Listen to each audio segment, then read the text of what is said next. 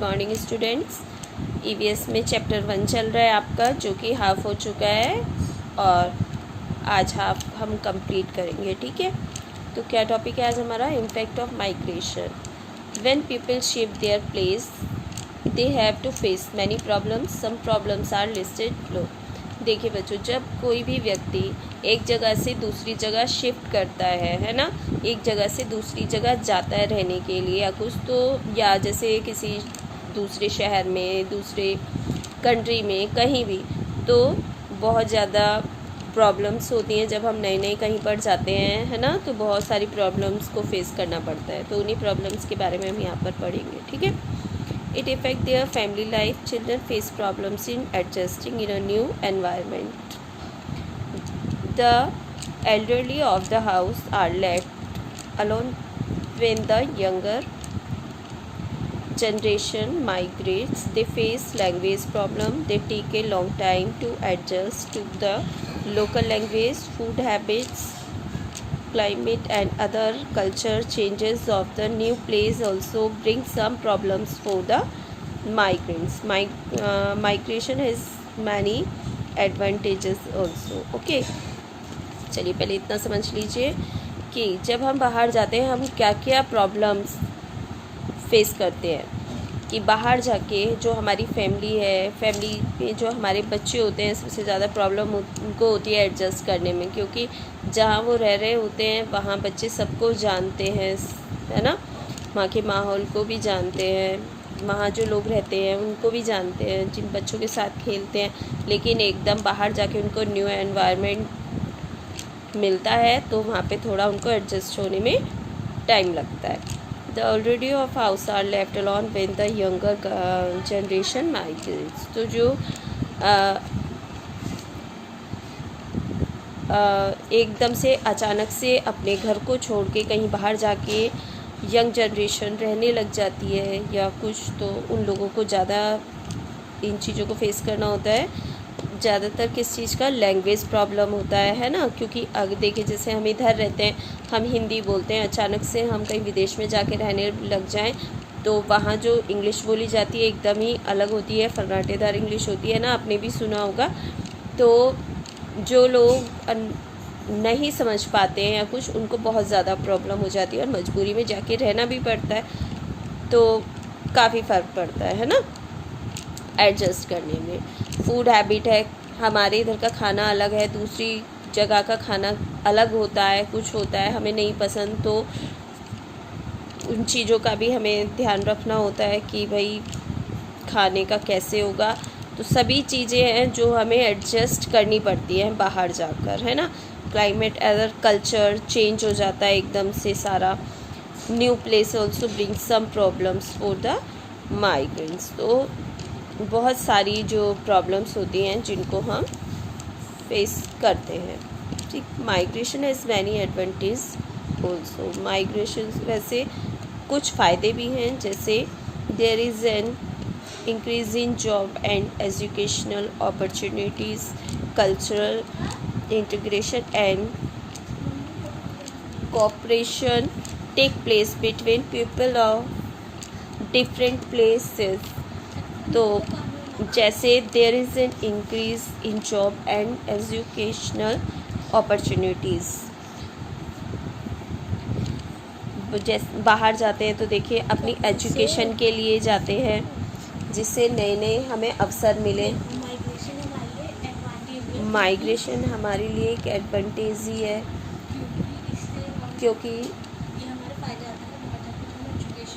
इससे हमें जो बाहर जाके एजुकेशन के फ़ायदे मिलते हैं, बाहर जाके हम कुछ सीखते हैं, 4 लोगों से मिलते हैं, है ना, तो सीखते ही हैं कुछ जाके हम। Cultural integration and cooperation take place between people to different places.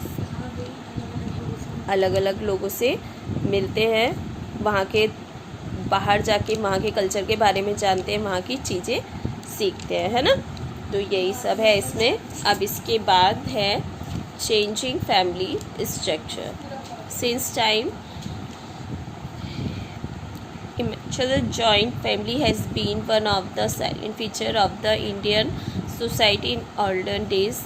Women were confident to the house. They remained busy of household chores like cooking food, washing clothes and taking care of the children in the family. They had no right to work outside to earn money, but last few decades have distinctly changed Indian social scenario. Nowadays girls are encouraged to pursue higher education. Many of them are professionally qualified. Today girls and women have started working and go out of their houses. Frequently some even run different types of business. The women who earn money for their family are called working women. Many young boys and girls go to other cities and countries for higher education.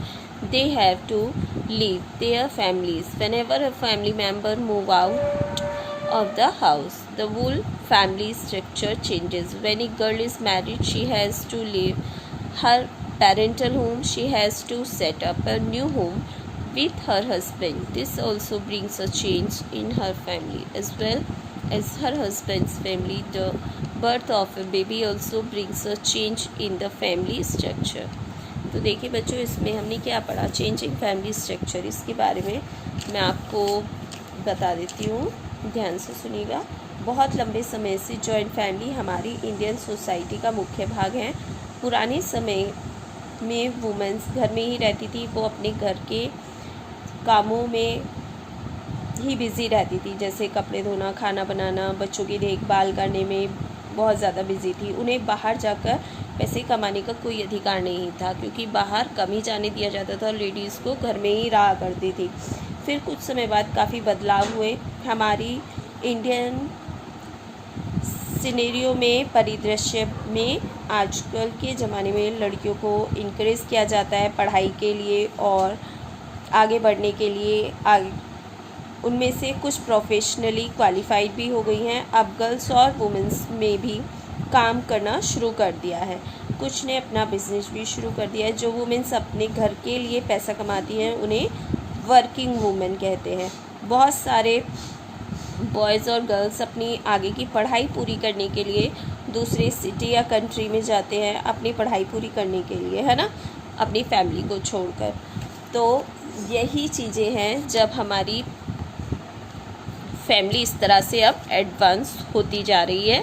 वरना तो पहले ज़माने में, जैसे मैंने अभी बताया, कि लेडीज़ को बाहर निकलने ही नहीं देते थे। तो अब हमारी फैमिली स्ट्रक्चर में भी काफ़ी चेंजेस आ गए हैं इस तरह से, क्योंकि बच्चे बाहर जाके रहने लगे हैं, घर के लोग बाहर जाके रहने लगे हैं, सभी जॉब करने लगे हैं। तो इस तरह से when a girl is married, she has to leave her parental home, she has to set up a new home with her husband. This also bring a change in her family as well as her husband's family. The birth of a baby also brings a change in the family structure. ये भी एक family structure का ही हिस्सा है कि जब किसी लड़की की शादी हो जाती है तो वो दूसरे के घर में जाके रहने लग जाती है अपने घर को छोड़ के, है ना। तो वो उसके लिए एकदम नया घर होता है, अपने हस्बैंड के साथ रहती है, तो उसके लिए उसमें भी काफ़ी चेंज होते हैं फैमिली में, है ना। फैमिली के हस्बैंड की फैमिली बिल्कुल चेंज होती है, उसको उसमें एडजस्ट करना होता है, रहना होता है। तो ये भी है। और फिर जब कोई नया बेबी घर में जन्म लेता है कुछ, तो वो भी एक चेंज होता है फैमिली में। तो यही फैमिली स्ट्रक्चर हमारा चलता रहता है, इस तरह से चेंजेस, है ना। तो ये चैप्टर आपका यहाँ पर कंप्लीट हो गया है। इसमें आपको क्या करना है, टिक द करेक्ट आपके हो चुके हैं और ट्रू फॉल्स भी हो चुके हैं। अब आपके क्वेश्चन आंसर हैं जो मैं आपको स्कूल ऐप पर सेंड करूँगी, उसमें से आप करेंगे। सभी बच्चे साथ के साथ अपना वर्क करेंगे, ओके। और वर्क करने के बाद चेक करने के लिए सेंड करेंगे, ओके। Good day.